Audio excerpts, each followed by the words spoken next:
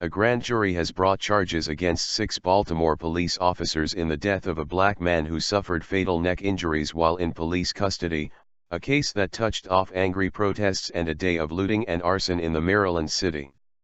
The charges, including a count of second-degree murder against one of the officers involved in the arrest of Freddie Gray, were announced on Thursday by Baltimore City State's Attorney Marilyn Mosby.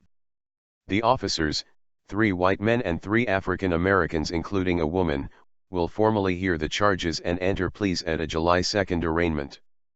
Mosby, a 35-year-old African American who took office in January, surprised many Baltimoreans early this month by announcing her swift decision to seek the charges.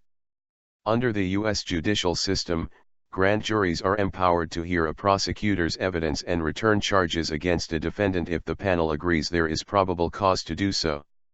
These past 2 weeks, my team has been presenting evidence to a grand jury that just today returned indictments against all 6 officers, Mosby told reporters.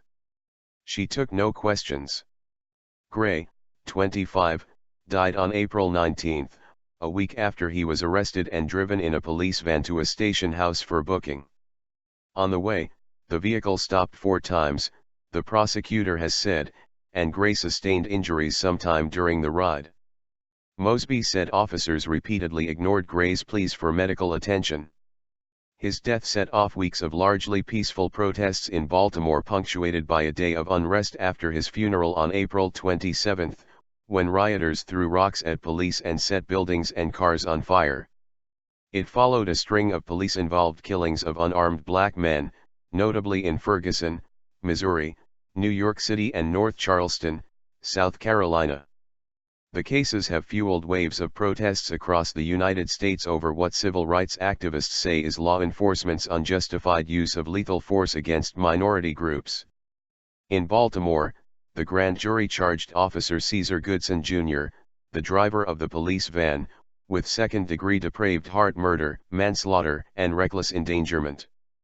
Lieutenant Brian Rice, Sergeant Alicia White and Officer William Porter were charged with manslaughter, assault, and reckless endangerment.